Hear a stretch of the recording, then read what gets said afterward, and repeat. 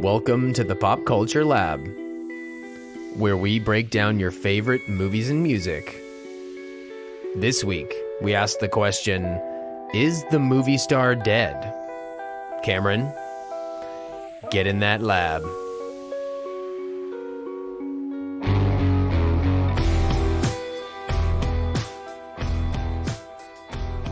Hello, welcome to the lab.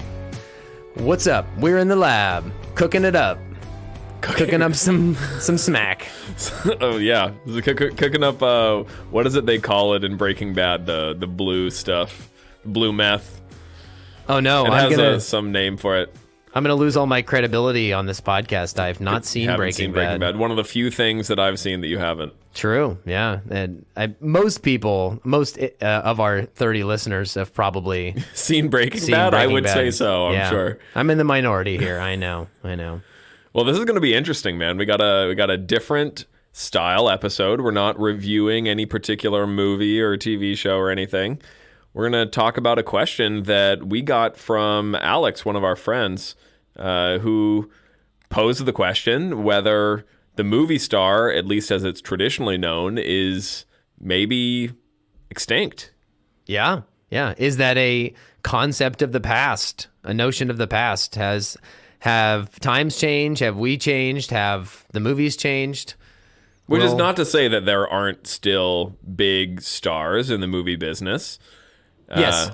To make it clear, this is not a question of talent. We aren't saying, have movie stars gone downhill? That's not the question. It's is the movie star the box office draw, the thing that people go, the thing that puts the butts in the seats, or is it the franchise, the intellectual property? Yeah, the IP, franchise. Yeah.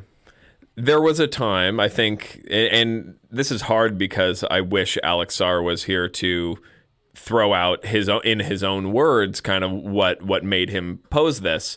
So we're going to do our best to try to infer what he was meaning, and give our own takes on this issue. But at least to me, what it brings up is the fall of the monoculture. And monoculture is a term which is used to describe, before we got into the modern day, everybody would have access to, let's say, 5 to 10 channels on their TV. And so one news channel. Right. And so for the most part, there was just less to choose from, and everybody would be exposed to these big TV shows and movies that would come out because there was very little else out there. And so if you came out with the new Star Wars movie, for instance, in the late 70s, then almost everybody would go and see that Star Wars movie because it was the thing. There weren't quite so many things to choose from. It was, the thing on TV, and the advertisements all went to the same place, and they reached the same consumers. There weren't as many avenues. Right. And now we're in the stage where there's so much content that people have a lot more choice. You end up getting these subcultures and smaller niche communities built around, a certain franchise. Like, obviously Harry Potter is a huge franchise, and so there's a lot of Harry Potter fans. But at least in the context of this conversation, people aren't going to the Harry Potter movies to see a particular actor. If they said, we're going to put, I don't even know, just off the top of my head, we're going to put Timothy Chalamet exactly as Harry Potter, I don't think that would be the draw for the movie. It would be the intellectual property itself. Like, people are going to see a Harry Potter movie no matter who you cast in that. Versus maybe in a previous time, if you said we're going to put Tom Cruise, which I think is going to be one of our main kind of thesis examples here. If you said we're going to make a movie with Tom Cruise, people are going to see it no matter what the actual subject of the movie is. Definitely, yeah. I think the other piece of it too, and we don't want to get in too deep, but the other piece of it is that is the kind of everything is reverse engineered from the consumer now. There's this movement to curate everything for the consumer. And they want to just reuse this IP. They don't want to take as many risks. And just in terms of streaming and everything, because the consumer has so much power now, they have so many options, so many choices. I think everyone's really desperate to make the thing that's going to rise to the top of that sea of content and that, is going to get the most consumption. But that means that it is all reverse engineered from what they think the consumer wants. And that's always been the case. They're always trying to make money. But I think to some degree, it used to just be, hey, Martin Scorsese, yeah, just go make your movie. We have faith that you're a good director, and the word of mouth and the success and critical success of your movie is going to make us a lot of money, as opposed to, leaning on IP and working back from what you think the consumer wants. I think there has been a big shift in that. It used to just be, and they didn't also have as much data. We like these companies now have all this data and Netflix what and watches makes people and click views on it. Yeah. And so I think before they were just more willing to be like, well, these are the movies we're making and we think they'll do well. And it's still calculated, but they just didn't have as much power. The consumer has so much power now. Yeah. But so that's a good taster, I think, for our conversation. But before we get to the good stuff, what have you been watching, sir? I have recently rewatched Chicago. Also watched Hairspray, actually. Oh, so, going on a little musical binge. Yeah, we did a little tit for tat. Me and my fiance, she wanted me to see Hairspray. It's her favorite musical. I really enjoyed it. I'd never seen the original, so it's not. To be fair, it's not the original Hairspray. It's the remake that came out in the 2000s, which was also good. John it's well Travolta received. and James Marsden. To be fair, Travolta in particular actually gives a really good performance. It's very easy for him to just be like doing this silly drag thing, or I'm John Travolta as a woman. Oh, hello. Right. There's a little bit of a Miss Doubtfire type thing in there. There is, and in some ways that's a positive thing, but he also plays the character with sincerity. Yes, the nature of it, yes, and the original character is drag as well, the original actor in the 70s movie. So it's meant to be a drag role. Right. So there is that element to it.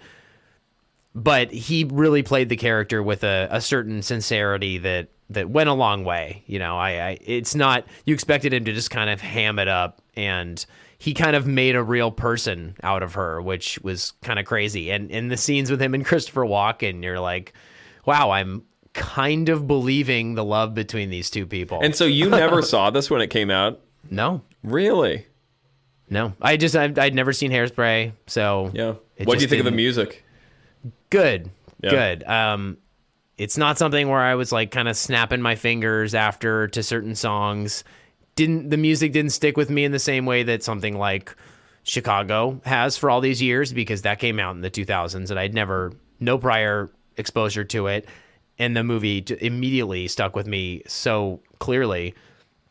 So Hairspray, not as much. Good Morning Baltimore is really good. Mm-hmm. And what's the one that closes the movie out? I don't remember. There's a lot of songs. There's the Black of the Berry, the Sweet of the Juice. That one's actually good. Hairspray itself is a song in there. Yes, that's kind of iffy, but yeah. So it does have a handful. It was overall good. I really liked it. But then when we watched Chicago back to back with that, I was just reminded, and I don't still actually am not very familiar with the stage equivalent of it. But as a movie, as a film musical, I think it is absolutely among the best film musicals ever made. Like top 10, maybe like top 5 for me. I mean, if I'm being objective, I think top 5 or top 10. It is my personal number one favorite movie musical ever. It enraptures me like no other. I think it uses the medium of film so well to kind of elevate the musical numbers as these dreamlike sequences, as opposed to the more grounded action happening in the plot of the movie. It's constructed beautifully. The visuals are so good. The dancing and the numbers are just so well done. Velma Kelly is so perfect. I think it's such a great example of an adaptation, because it is kind of going between stage work and a more cinematic environment that they're working within, and they're like almost flawlessly moving between them during these musical numbers. Most notably in the cell block tango, the famous cell block tango scene. And there's a magic to it because Taye Diggs is an important part of the movie as just this MC who just keeps announcing these things, but they never explain who he is or how that works. Or he like gets a tip at one point in the actual movie after Velma Kelly, I think, does a number. But it's true movie magic because it's something where the audience doesn't even question it, maybe doesn't even register. But it's like you said, it's flawless. It's so seamlessly done. It serves the story so well that the seams are completely hidden. You don't think of the mechanism that's happening. It just washes over you with enjoyment and pulls you in. I can't say enough good things about that movie. It was so deserving of best picture that year. I adore it. Yeah. One of my all-time favorite movies, I would say. It's a good one. Yeah. Well, I have been watching The Last of Us, which I'm sure is no surprise to most of our listeners. It was huge in the last 2 months. Yeah, I say woohoo! Finally. Yeah, I mean, not even too much of a lag time this time. True, but it's very good. I'm about halfway through.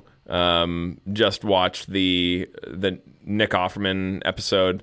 Which was excellent.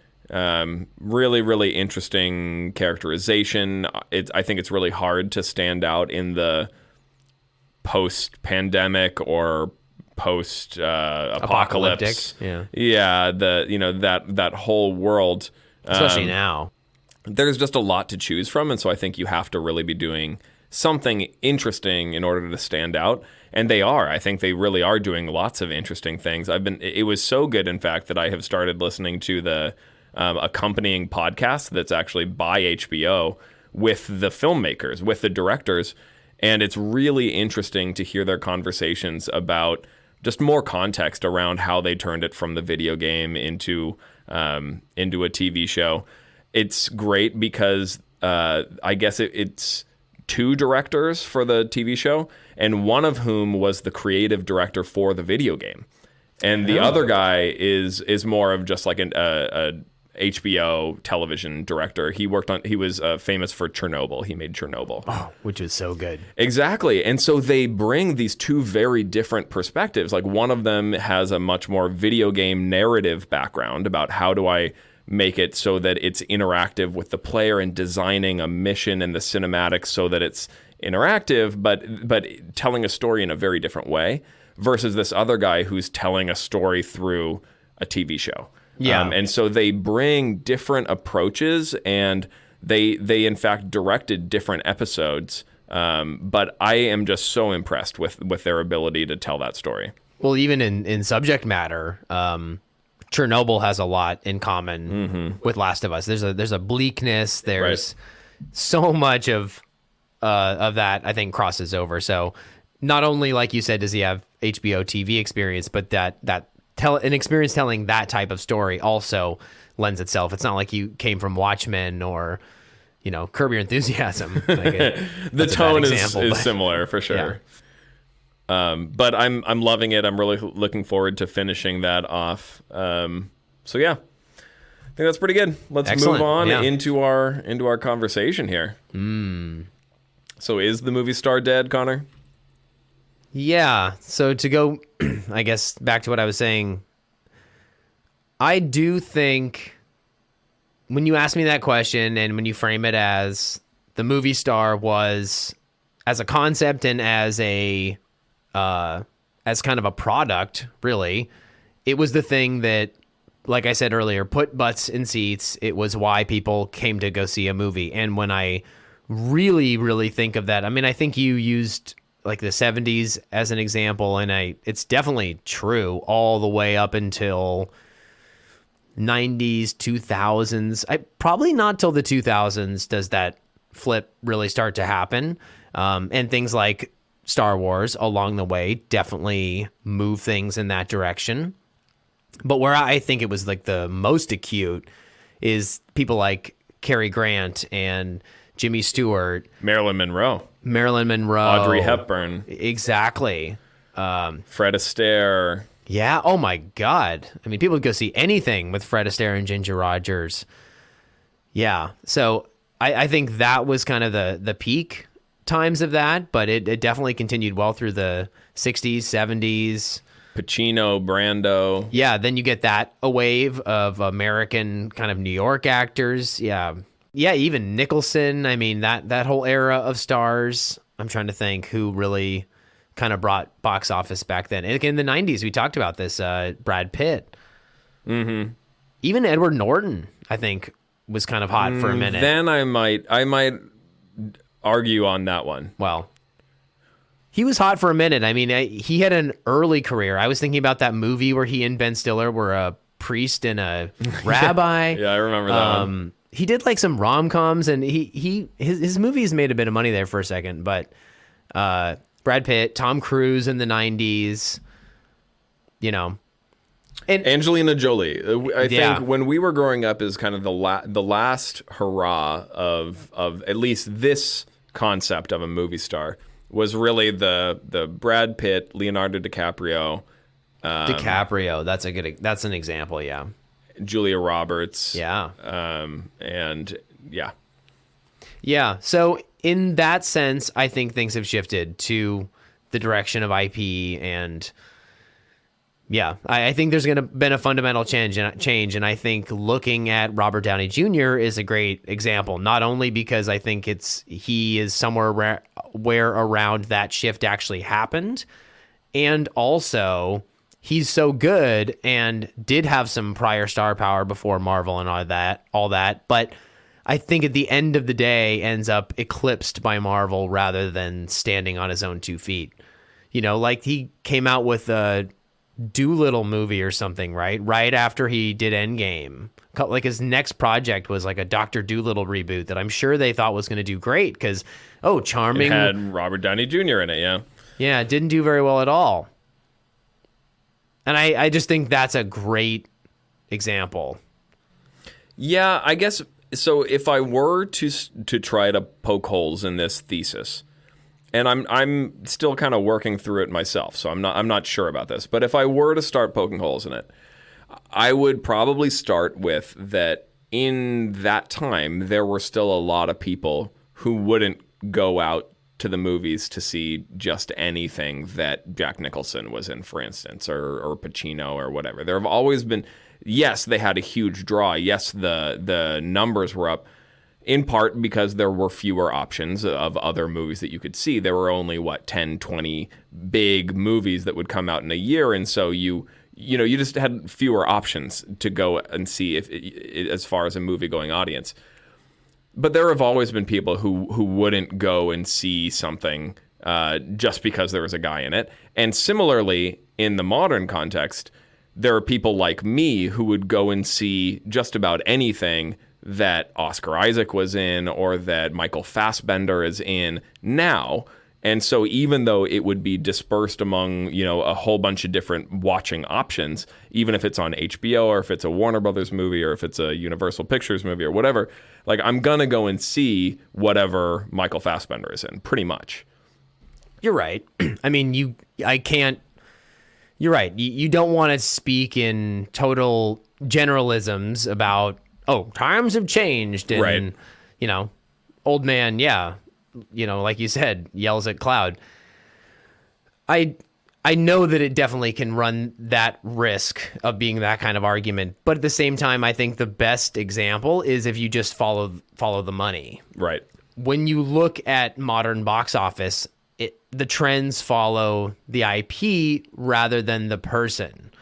Because we recently looked. The highest grossing actors. Because I thought to myself, I said, I've seen the list of the highest grossing actors of all time, and Harrison Ford's at the top of the list. And I think, as we learned, I was looking at an adjusted for inflation measure. Because if you look at it, that's a great way to look at it. If you go back and you adjust it for inflation, you look at that, Harrison Ford is such a good example of the kind of person I'm talking about. I mean, even though he was in some franchises, you went to go see The Fugitive, or what's the one where he's Amish? You went to go see, or Blade Runner even. There was no prior knowledge of Blade Runner. You went to go see that for Harrison Ford big time. Like he was white hot when that came out. Whereas now, I think the money really follows the IP, because we looked at the modern list, and it's all Marvel movies. Exactly. It's All of RDJ and Scarlett Johansson and Samuel L. Jackson. So that tells you a lot right there. You're right. That doesn't prove that the movie star is dead, but it proves a very big shift in the drivers of moviegoers. So counterpoint, Harrison Ford. What do you think his two highest grossing movie franchises are? Star Wars, Indiana Jones. Two big media franchises. Yeah.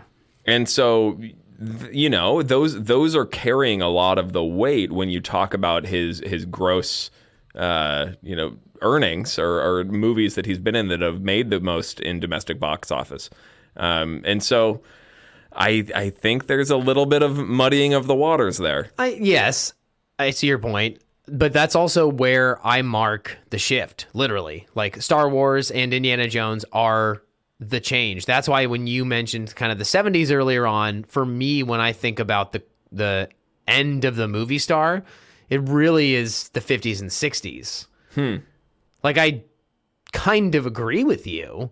I just think that that's the beginning of the end. It's a very slow, atrophied demise. And so there have just been fewer and fewer examples of movie stars as we've gotten along with it. When we were growing up, the Julia Robertses and the Angelina Jolies and the Brad Pitts and the Leonardo DiCaprios being kind of the very tail end of what we're talking about here. Yeah, like every generation, there was a wave of those kinds of actors with that kind of box office draw, but those waves have gotten smaller and smaller. Those cohorts have gotten smaller and smaller to the point where they've shrunken, almost snuffed out. I mean, I think that's where it gets interesting is, are there any modern actors that fit that mold? And I think the argument can be made for a couple of them. But again, that cohort is smaller than it was even 10 years ago. If I were to throw out some examples, I would probably point to like Jennifer Lawrence would be a big one, I think. Yeah, but also propped up by more than one franchise. Yeah, she was in X-Men and Hunger Games. Yeah, Hunger Games was really kind of her big come up. Who else? Scarlett Johansson. Yeah, she's been in everything. Oscar Isaac.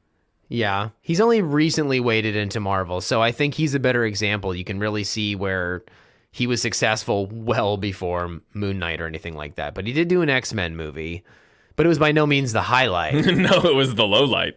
Yeah. Like what's made him popular is everything outside of that, for sure. Michael B. Jordan. Yes. Would be a big one. If, before he died, I would have said Chadwick Boseman was like a perfect example. And even though he was part of Black Panther, he had done so much outside of that. Yeah. And he had done so many biopics. Like he portrayed James Brown. He went out Jackie of his way. Robinson. Yeah. And how do you and he played Jackie Robinson and James Brown, and they're so different. He was, underrated, frankly, if anything. Mm-hmm. Trying to think of who else. Michael B. is good, but he has been in Creed and Marvel, and maybe that's not fair to hold against these actors. It is just the landscape now. So, I mean, we've been talking about a lot of good actors, but I think we can't get out of this conversation without talking about like The Rock and Vin Diesel. I mean, I know it's almost a different category, but if we're talking about getting butts in seats, things that people will see in droves, those are big selling names. True. Which, though, maybe not as much for The Rock, but Vin Diesel is effectively just synonymous with his franchise. Fast and the Furious. Yeah. So that's weird where he's baked into the pie of that franchise. Yeah. So he's actually, I would say in his case, it's definitely he's completely propped up by his franchises. I mean, he is, not to say he is without talent. He did the Triple X franchise. He did Chronicles of Riddick. He's a franchise machine. Yeah. Guardians of the Galaxy. Yeah. And I'm not trying to belittle his talent. I have made the case for his voice acting more than once, and I will die on that hill. I think he's a very underrated voice actor, but everything outside of that, yeah, he's just... You're saying people don't go to see the Vin Diesel, they go to see whatever the movie he's in is going to be. Yeah, sure. Absolutely not. And maybe he helps mark that shift. He's been around long enough that I think maybe at the beginning of his career, when you talk about going to the original Fast and Furious or Triple X, it was, wow, look at this buff guy. I'm going to go see this buff guy kick some ass. Sure. So action star. Yeah, because even Schwarzenegger is actually a really interesting example. Yeah. He's the precursor to all of this, really, and Stallone is partly in that category, too. We haven't talked about Liam Neeson. I mean... Well, but the thing about Schwarzenegger is people did go to see him. You know, James Cameron was not well known. The Terminator was a complete risk. It's just like, look at this wacky 80s sci-fi thing. Actually, I guess Schwarzenegger wasn't known at that point either. That's like his first movie, so that's not a good example. But once he blew up, True Lies, or it was a rom-com. True Lies was a rom-com with Jamie Lee Curtis, and I don't think... What I'm trying to say about him, too, is the same person who wanted to go see Predator isn't necessarily going to want to see True Lies, but people went because it's Arnold. Or Total Recall. I mean, he was the guy. Like, people went to go see, not for his tremendous acting ability, but for just his on-screen presence and his charm and his just being a huge buff guy playing all these crazy roles, Conan the Barbarian, whatever. He, I think... definitely was bigger than his franchises. Like, he brought people. Yeah. What about the Chris's? Chris Pine, Chris Hemsworth, Chris Pratt. Chris Pine, I think, has done a very good job and has the wonderful privilege of kind of distancing himself from all that, especially these days. I guess he was part of Star Trek for sure. So that's a big piece of his career. But since then, it seems like he's actively tried to get away from that, whereas... the rest of the Chris's are much more sucked into the franchise machine. Yeah. Well, I mean, I think that's also because I think Chris Pine is a better actor than the rest of those Chris's as well. Yeah. Fair. Agreed. And, you know, if you were... I see some of... Now that we are in this era of just nonstop franchise action, I do see some of these better actors struggling with... that tension between wanting to take themselves seriously and their acting seriously while also recognizing that all the money is in these big there's all these big franchises. And I think Oscar Isaac being in the X-Men Apocalypse movie is an example of where, I was reading actually recently about Oscar Isaac's career, and he grew up as a big X-Men fan, and so he really wanted that to be successful. Obviously, it was not a good movie at all, and a bad experience for him. But you see all these actors who get committed to these multiple Marvel projects. Kind of, it's golden handcuffs. They make a ton of money. They have huge recognition. They're widely famous and well liked. But then it's also kind of restrictive in terms of their creative expression. And so I wonder, as we continue to move through this franchise era, what that's going to look like and how actors are going to find outlets for their creativity outside of these franchises. And whether there's going to be an appetite for that. Like, honestly, not just among audiences, but among studios, whether they're going to continue, because I am seeing more and more content of all types, like big, huge franchises, but also because there's so many streaming services to choose from, it seems like there's also a lot of original content that's coming out. There's just a lot of content, period. Yeah, no kidding. Yeah. I think it's also, there's like a chicken or the egg piece in some ways, because it's easy to look in retrospect and say, oh, well, Robert Downey Jr. is now just part of Marvel. It's like, well, but him in Iron Man is what literally got all that off the ground in the first place.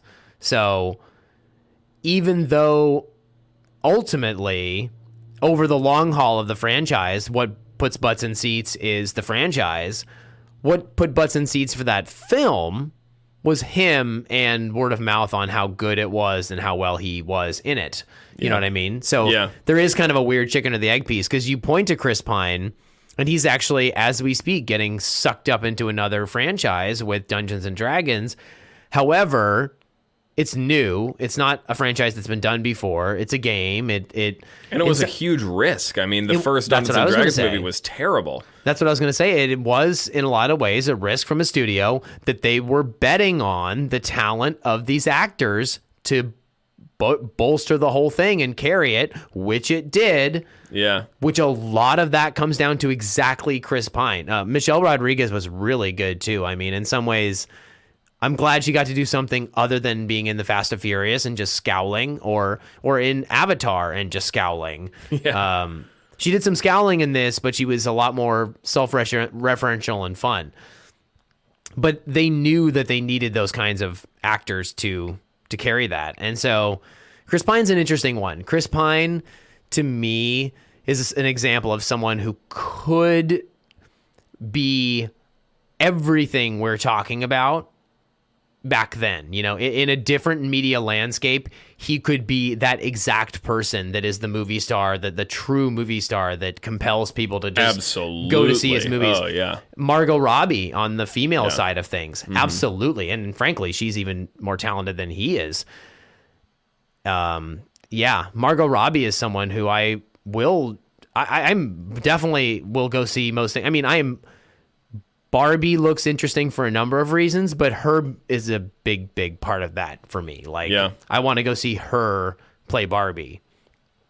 So in a different media landscape, I think those kinds of actors could be everything that we're talking about. It's just that times have changed. There's just so many options. Oscar Isaac too, I would say.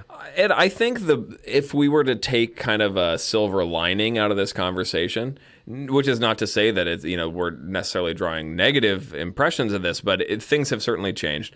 I do think it's not just that the composition of the pie is different. It's that I think the pie itself has gotten a lot bigger. There's a lot of content to be made. There's a lot of actors who can be successful in a lot of different kinds of projects. And so I think there's a lot of opportunity right now in the business of making film and TV. And so the good news is that means there's a lot more different, diverse stories to be told. There's a lot of different actors who can be successful that look different than there were before in the age of the monoculture. And so that's, to me, that has been a great thing to see evolve in our lifetimes, is different types of stories, different actors having an opportunity, and being examples like Ke Huy Quan, who we loved in Everything Everywhere All at Once. He's kind of a perfect example. He left the business because there were no opportunities for an Asian American actor that weren't these archetypes. And Michelle Yeoh, for that matter, too. Yeah. I mean, sorry to interrupt you, but she on paper does not fit the money-making bill. An older woman, non-white, I feel like she could have easily been looked over as well. But to your exact point, had an opportunity because the landscape has shifted. Yeah, exactly. And because she's genuinely talented and she deserves those opportunities. It's much more... Yeah, it's democratized, whatever. Democratized. Democratized. Thank you. Gesundheit. To the point where there's a lot more opportunities across the board for all different kinds of people to showcase their talent. It's not perfect. There is still a long way to go for it to be really, really even. Mm-hmm. But it's definitely changed. I was thinking of Ilman Vellani as well, partly because she's totally unknown. I give Marvel props for just taking a chance on pure charm. Yeah. It has been amazing to see just the continual praise that she gets from every corner. I was reading an interview with Elizabeth Olsen, who hasn't... She's pretty clearly kind of wanting to distance herself from the Marvel universe, at least for right now. But they asked her, who interests you in this new era, this new wave of actors who have entered the Marvel universe, and she said Iman Vellani. And I feel like I've heard that quote from about 100 people. I mean, she's a very young actress. I don't know if she's even 18 yet. And so I think that is an opportunity that 10 years ago, 15 years ago, just wouldn't have been there. No. Yeah, I don't think it would have been in the same way. I can think back to some castings probably in the 80s and 90s of sort of character actor women that were really, really charming and likable and had great careers, but yeah, not in a lead role. Yeah. Not like in a superheroine context. They'd always be like she'd be like the fun best friend. And you'd always be like, God, I love that actress. Whenever she's on screen, like I love when she's these supporting roles in these, movies, and she's the hot main character's best friend. Oh, do. But now it's to the point where, because she's awesome and charming and cool and talented, she can she can lead the whole thing. She can carry it because she's more than capable. But now the opportunity's there. The conventional wisdom about what your protagonist can look like or be has shifted. There's a lot more open-mindedness there. Very much so. And I mean, I think we have been talking about maybe seeing this movie, Polite Society. Yeah. And I think that's a great example of what we're talking about. I mean, it's a superhero movie about these two Indian women, right? Mm-hmm. And it looks fantastic. Well, it's not superhero exactly. I've read the plot, so it's basically like, I think they're sisters, and the older sister is going to get married, and she's like very straight-laced, and I think the other one is kind of like disappointed a little bit, wanted her like more adventures with her sister. I think she wants to be a stunt woman, and she thinks her sister's just kind of taking this vanilla life and just whatever. So it's about that, and there is a lot of action and stuff in it because she wants to be a stunt woman, and so. But that, I think that's the driving thing. They're not exactly superheroes. More of an action movie. Yeah. But either way, that is something that we are both. I mean, we were totally surprised to see it. It was a preview at one of the recent movies that we saw in theaters. Everything, Everywhere, All at Once. That was it. Yeah. And both of us looked at each other and thought, wow, that looks really interesting and good. And then, a couple of weeks pass and we see it in the Pop Culture Happy Hour feed from NPR, and they're reviewing it, and it just that it's getting attention that again, it would have been a niche movie a while ago, not even that long ago. Yeah, well, and when we were standing in the movie theater the other day, there was a big cardboard poster for it. Mm-hmm. So yeah, it's getting at marketing least dollars, decent marketing. Yeah. Not something to the level of a Marvel project, but it's there in the theater being marketed. It's being shown as a trailer. People are talking about it. Exactly. Critics are writing about it. Yeah. It's not just being shown at the film forum. Right. Hallelujah. I mean, seriously, it's more interesting. It is. And, we do tend to gravitate to similar topics on this podcast. And so we're always looking for things that at least stretch us a bit, even if we're going to go see more action. Well, damn it, this time it's going to be a Bollywood style action movie with two women, and, it'll be different at least. So, yes. Yeah. Some spice of life, there's a little bit of change and diversity, and there's something more interesting, a new story to be told. Yeah, absolutely, man. It only enriches us, the audience. Before we get out of here, too, one thing that we were talking about as we were just to prepare for this episode, we were going through a list of kind of the biggest actors, male and female, in Hollywood. And it did stand out to us that among all of the biggest male actors, there's people like Samuel L. Jackson and Anthony Hopkins and Patrick Stewart and who are amazing actors. Don't get me wrong. They're famous and for a reason. But then when we looked at the list of the hottest female actors at the top of their game, they were all very young, beautiful women. And there's nothing wrong with that. They're also excellent actors. But it was very clear that the opportunity was different about what you look like as a woman versus what you look like as a man in terms of being a successful actor. I think a lot of women in Hollywood as they get to their 40s and 50s and 60s. They've definitely been vocal and clear about this. A lot of famous actresses who are aging, or even if they don't comment on it, it's apparent in the kind of decisions that they make and in the movies that they take, you know.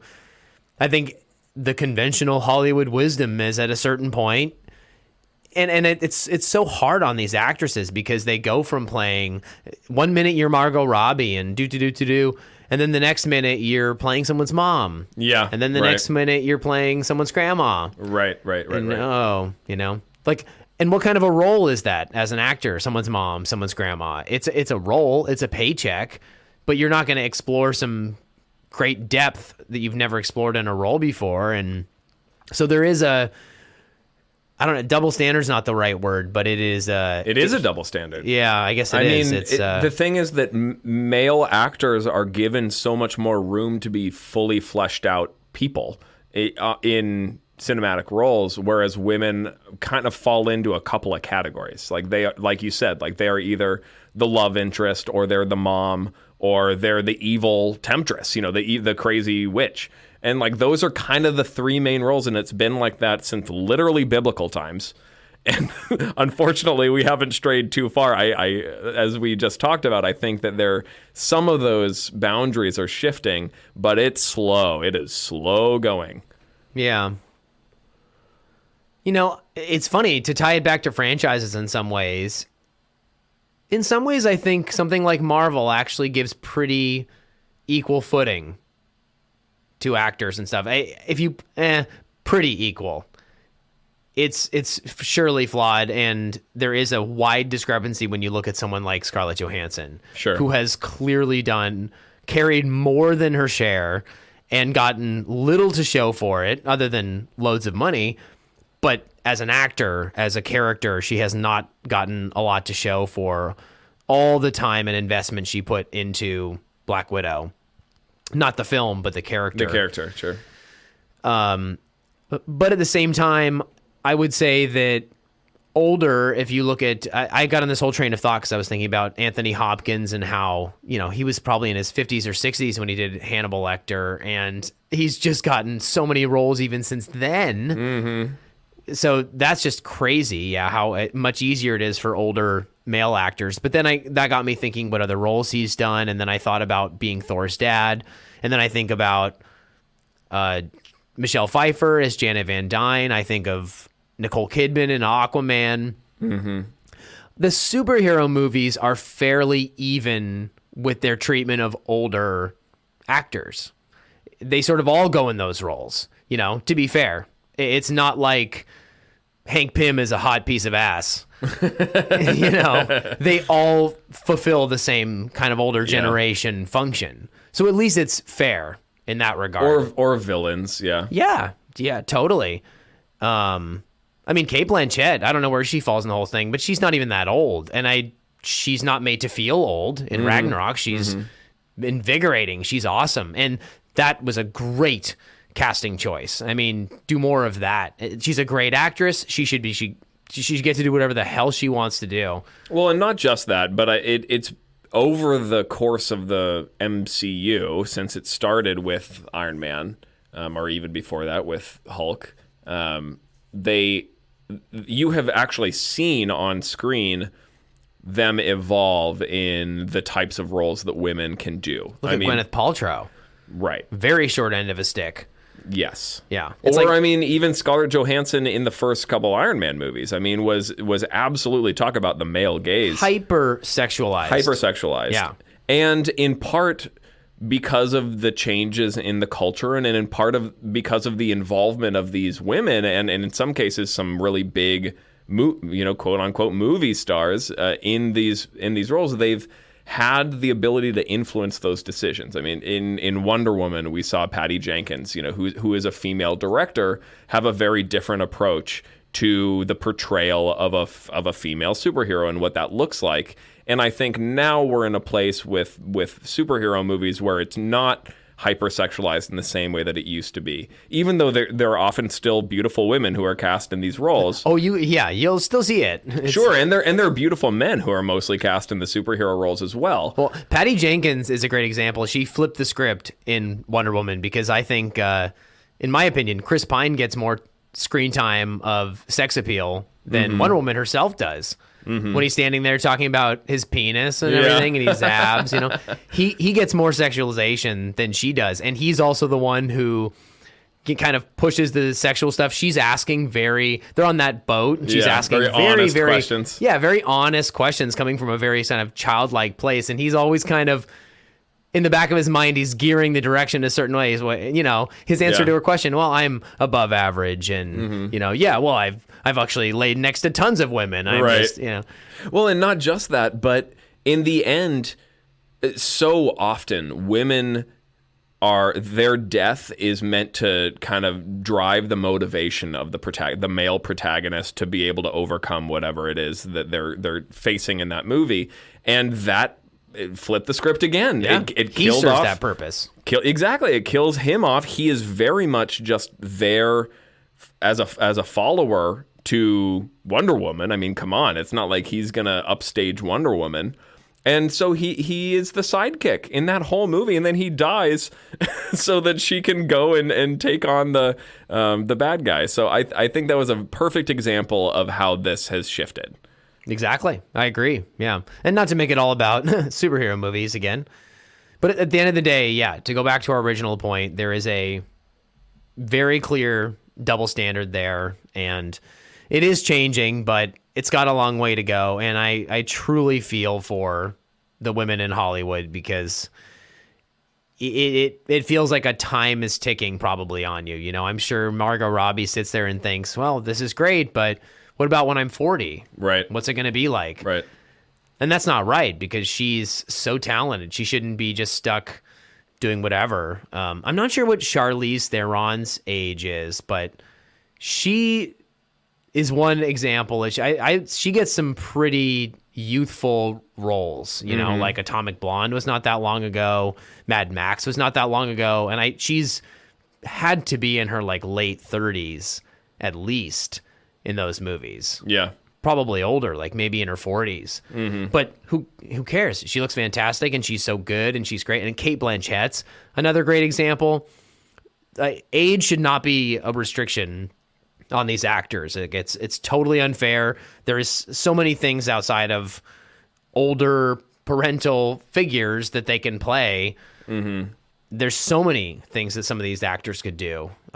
What do you think of Meryl Streep, who I think has managed to somehow avoid the hypersexualization of actresses?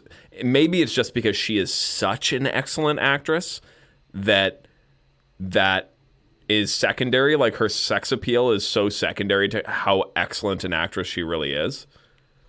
Yeah, that's true. But then there's also some actresses that are... Margot Robbie somehow doesn't end up in this category, but some actresses are talented, but their beauty almost becomes a limitation that people just can't see past. Right. So they just become just a pretty face. So in some ways, yes, it speaks to the fact that Meryl Streep is just that good. And actually, this is a great question because Saar, when he texted me, asked a very similar question. He's like, who would be the next Meryl Streep, for example, in terms of a really big movie star or someone that carries the torch in terms of even just that level of talent? If we want to stop talking about movie stars and just say up and coming talent, who would fill those shoes someday? And Jennifer Lawrence does come to mind. I've seen her deliver some really, really kick-ass performances. She has it in her. And I'm just asking the question, but for her, I could see her looks being a hurdle, an obstacle of sorts to get to that Meryl Streep status. She's navigated that really well. I don't think she's really fallen in that trap yet. But in even Silver Linings Playbook, maybe my number one favorite performance from her. She's still shaking her booty when she's learning to dance and doing all that stuff. And her hotness is part of it. So is she going to be given opportunities to demonstrate that she could be Meryl Streep while also being separated from her hotness? I don't know. Yeah. Margot Robbie has somehow done an incredible job. I think it helps to do some roles that really get away from making you an attractive woman, and Charlize has done the same thing in that movie Monster. She gained all that weight and looked insane. And sometimes that can go a long way to just put some cracks in that impression that the public has of you. I think I, Tonya did a lot for Margot Robbie's career. Not that she was ugly or anything, but she was just terrible, very dislikable. So doing a kind of purposefully dislikable role will start to shift your public image, which opens some doors to show some different sides and get you out of that box. There's some similar. Well, you just pretty much put a pin on it right there. I think a huge part of this, and there's some similarities between this conversation and child actors who get pigeonholed into a certain type of role. I mean, I think Daniel Radcliffe to me is the most obvious example of this, where he was friggin' Harry Potter. I mean, literal billions of that book were sold. And so everybody knows who that guy is, and everybody associates him with Harry Potter. The first thing he did when he was done playing Harry Potter was do the farthest thing from that he could possibly think. He was an Equus on stage naked with a horse. Yeah. I mean, totally off the rails to make a point that I am not going to let my opportunities be limited to this tiny little world. And I think that women, and particularly attractive women who consider themselves to be good actresses, they face a similar challenge. It's like, I don't want to just be a bombshell in every movie. I feel like I can do more than that. And so I think it takes some intentionality.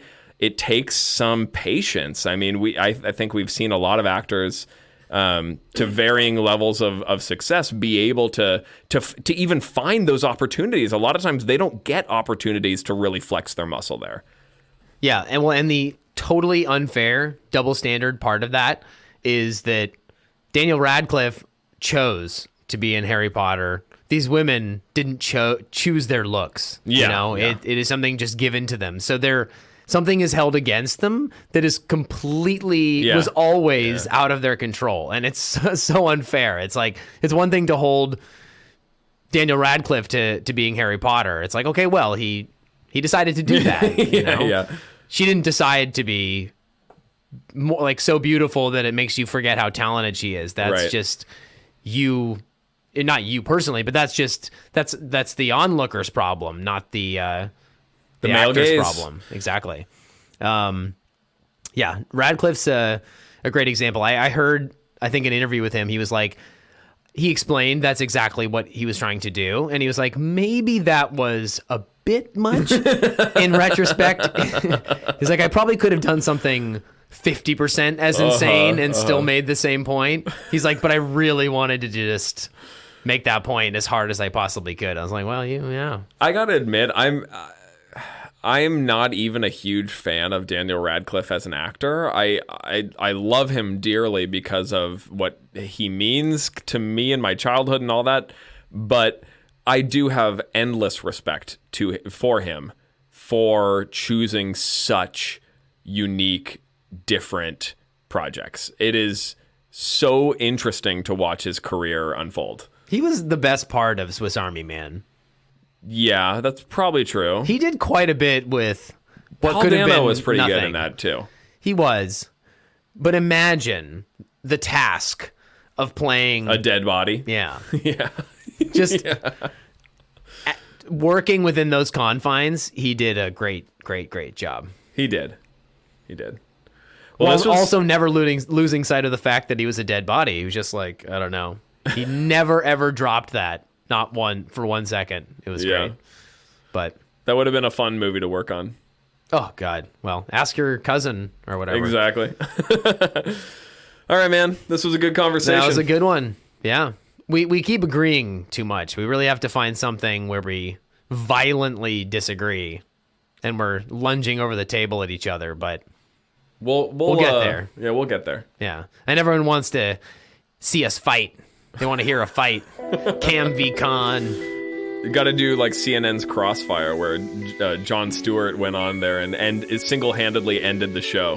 He's like, "What? You guys are making America worse." Yikes. All right. All right. See you guys next time. See ya.